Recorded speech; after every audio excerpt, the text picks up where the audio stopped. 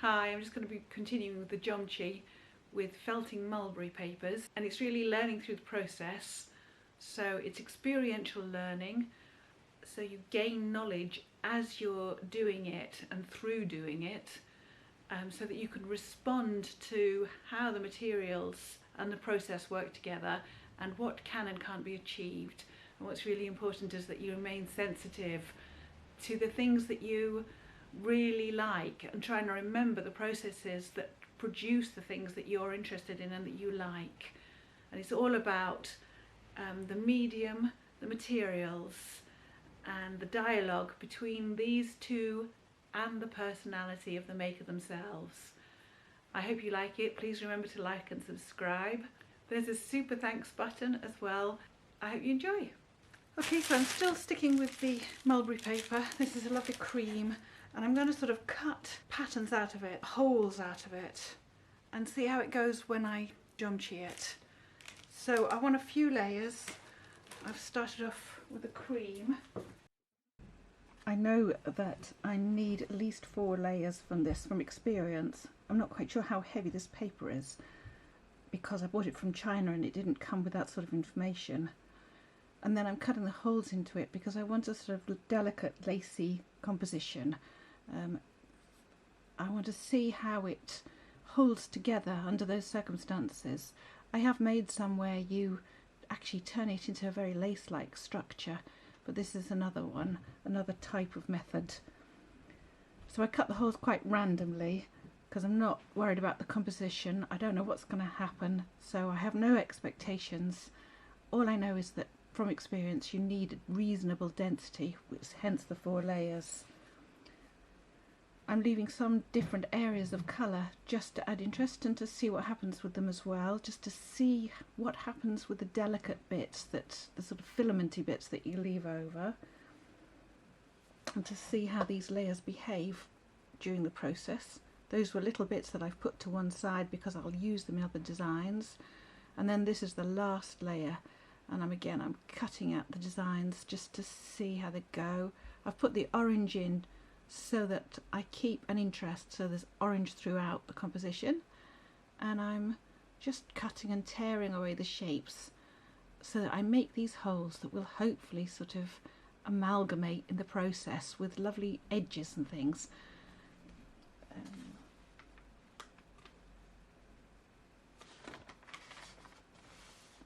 I ended up cutting away too much, or at least not leaving enough strength between the shapes and between the holes, but all the same it came out okay, and you'll see the end result. It has a charm of its own, made by the process really.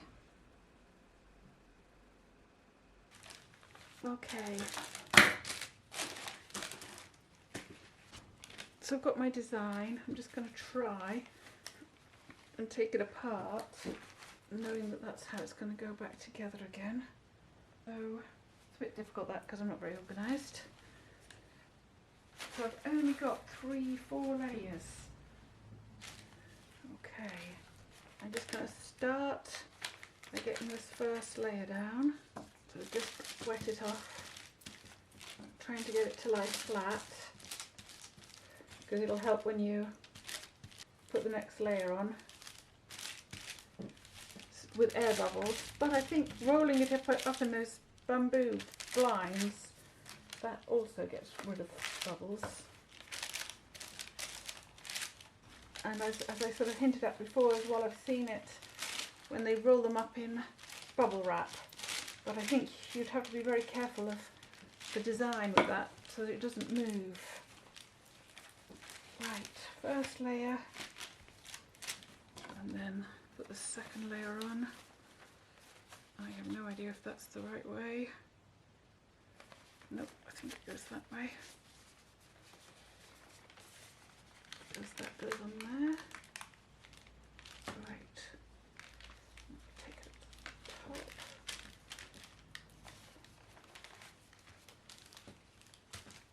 I took my loops slightly out. Just making sure that I've got the bubbles out.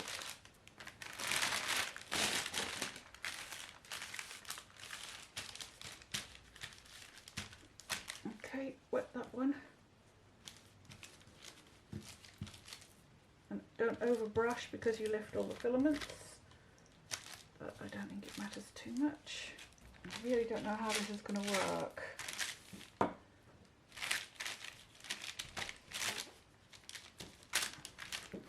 Okay, next one.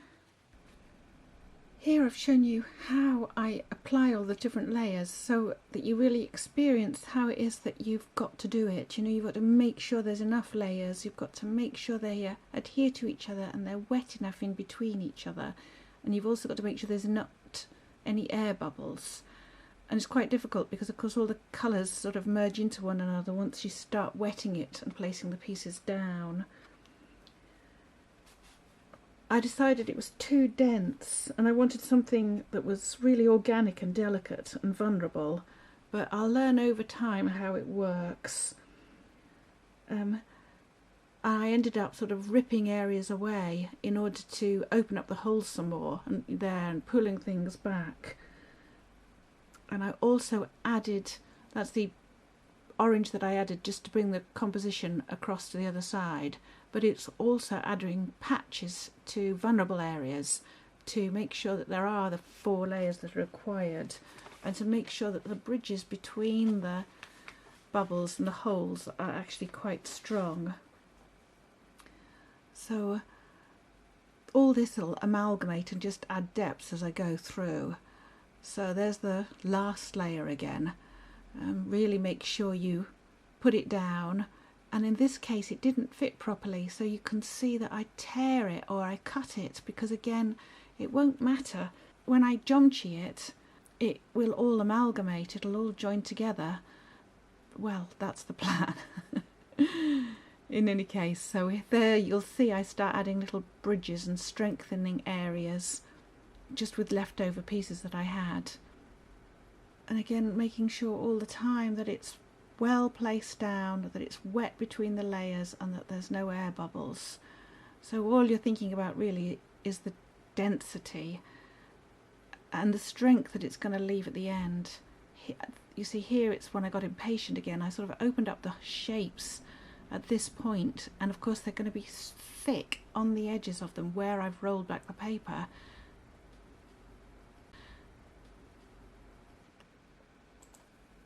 But it may well be interesting, and I've sort of even removed even more bits and pieces just to see how it goes. Now I've left some very vulnerable thin bridges, which I do lose. But if you can get so that you can control them, then it's really interesting.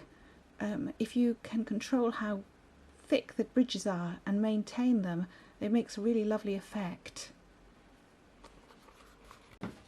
Before I start squodging it together, I'm going to put it through my canes. Okay, so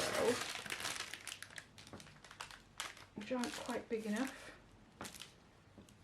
I am just going to transfer it onto my canes, like so, and then just start rolling it up.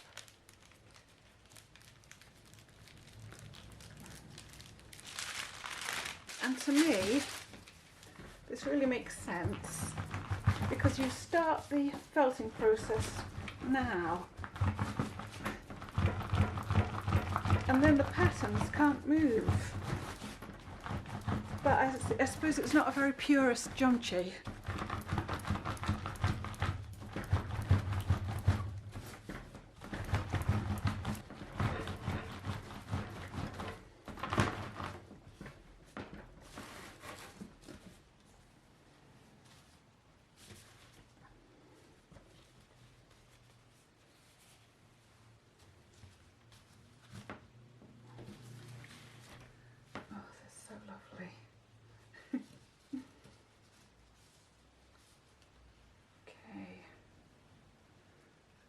The other way. So, and there's bits that are broken, so I'm going to patch them now. Just see what happens when I patch them. So, put loads of water on them again, and then get some more bits to patch them with.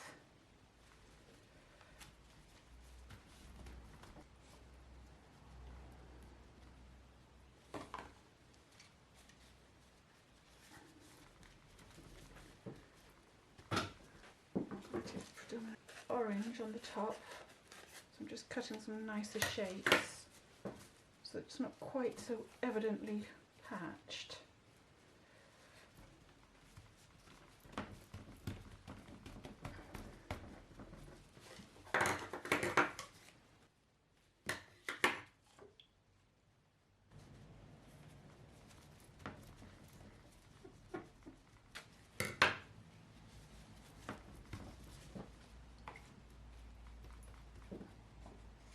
Right, so let's try again.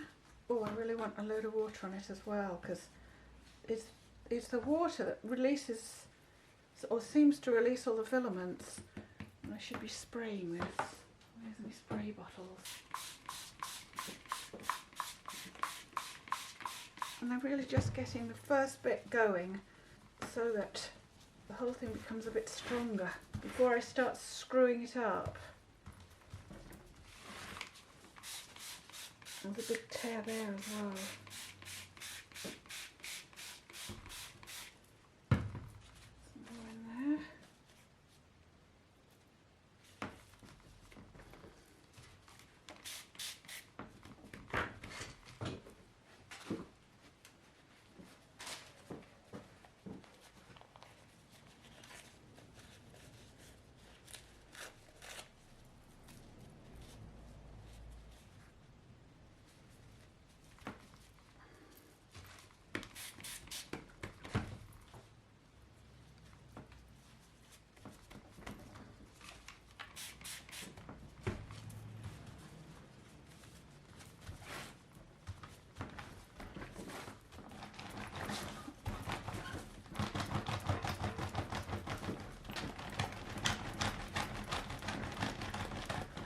Do this on the floor.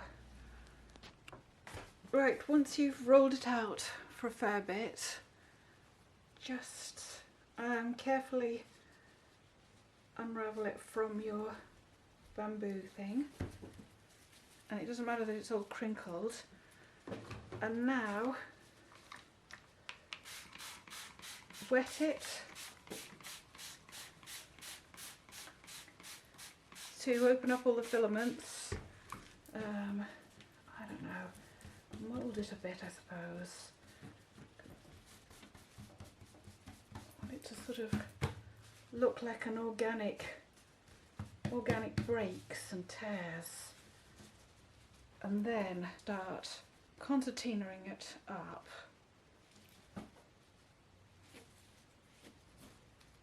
And I think it doesn't need to be regular, because the more regular it is, the more it's likely to tear in regular folds. Pat it down, roll it up,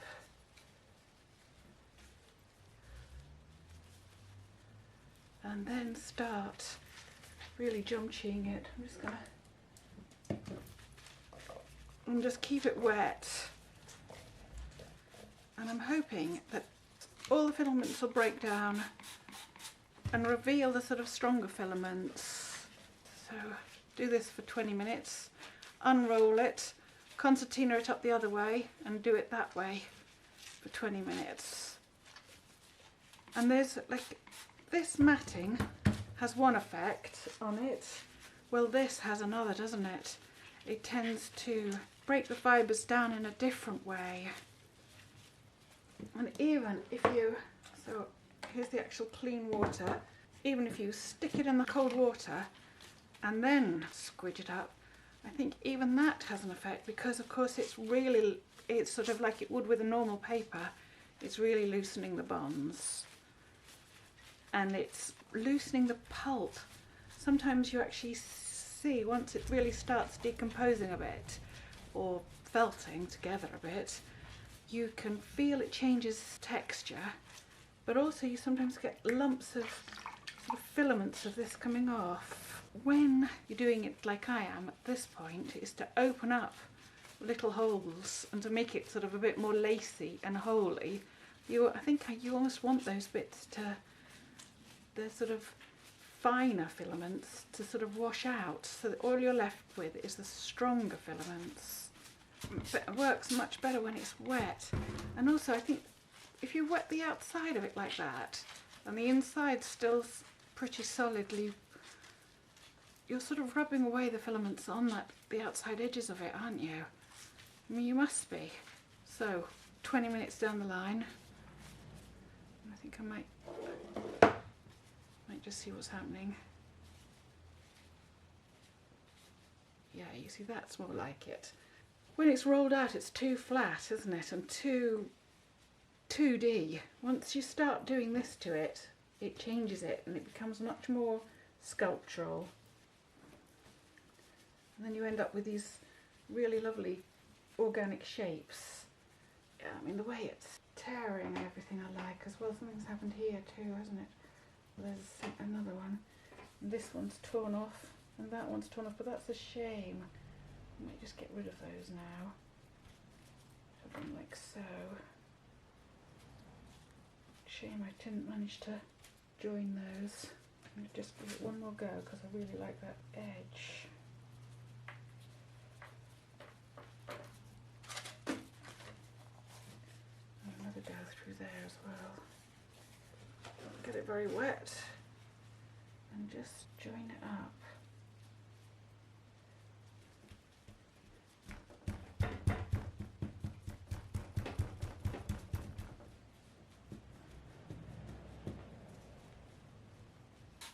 Really wet it over.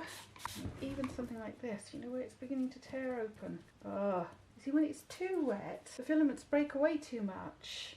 There's obviously a sort of ultimate point, isn't there? So I'm going to try again.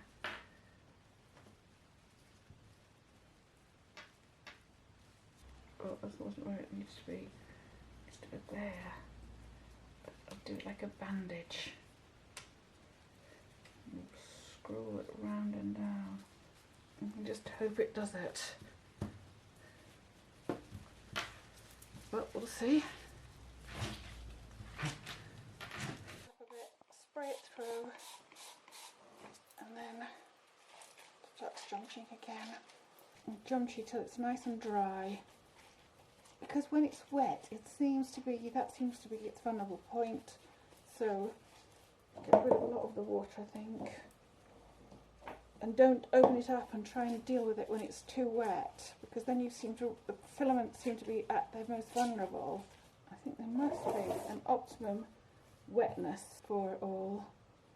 So gently unravel it, and this is more like what I want. It's amazing that it doesn't all just stick together.